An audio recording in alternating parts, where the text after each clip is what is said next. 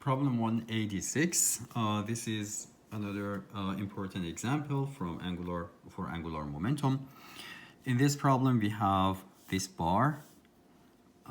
Two ends of it, they are sharp. And we have these two masses, m and 2m. And this one is moving toward this end of the bar with velocity of v. And the other one is moving with the velocity of 3v.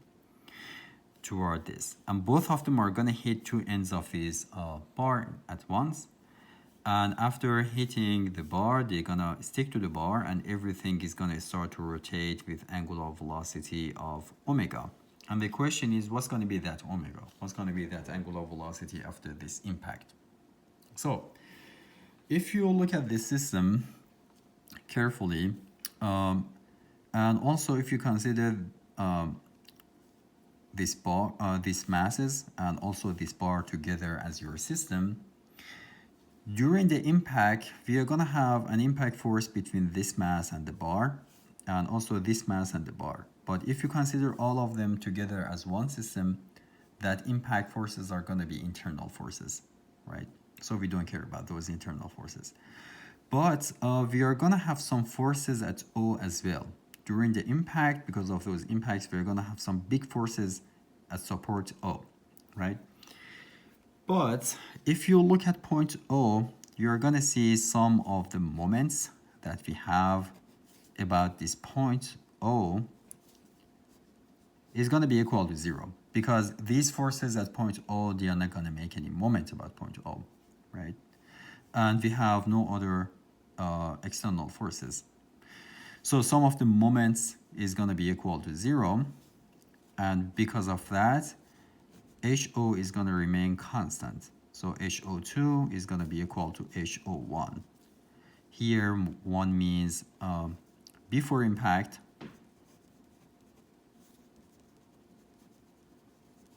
and 2 means after impact.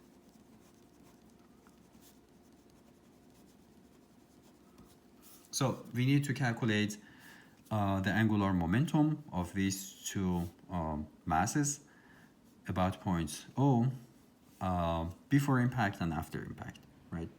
So let's start with before impact. What is HO1? So let's calculate it for this mass. This mass is moving with the velocity of v in this direction, right? What's going to be the angular momentum of it about point O? Whenever you are calculating angular momentum, you can imagine this is a force. The mass times velocity is a force, and you are trying to find the moment of the moment of that force about point O, right? So the moment of this one is going to be 2m times v times the perpendicular distance between point O and the line of this mv, right? Which is going to be L. Or you can use the equation, which was r cross mv, right? R cross mv, this mv is in this direction and r is in this direction, and they are perpendicular to each other. Using right-hand rule, that cross product is going to be in the z direction, right? So HO1 for this one is going to be L times 2m times v. So I'm going to have L times 2m times v. And for the other one, we are going to have mass times velocity, so 3v times m, times the perpendicular distance. And using right-hand rule, r cross mv, again, that moment is going to be in the positive z direction too, like the other one. So we need to add them together. So for this one, the angular momentum, again, is going to be m times 3v times L. So it's going to be 3mv times L. And all together, it's going to be 5mvl. So this is the angular momentum before impact. Now, after impact, so when this one is here and this one is here, everything is going to start to rotate with angular velocity of omega. So the velocity of this mass after impact is going to be L times omega. And velocity of this mass, similarly, is going to be in this direction, and the velocity is going to be L times omega. So HO2 which means the angular momentum after impact. Again, it's going to be mass times velocity times perpendicular distance. Right-hand rule is going to be in counterclockwise direction or positive z direction. Again, r cross mv, right? So it's going to be L times mass, which is 2m, times the velocity, which is L times omega. So it's going to be L times 2m times velocity, which is L times omega. Similarly, for the other one, it's going to be mass, which is m, times the velocity, which is L omega.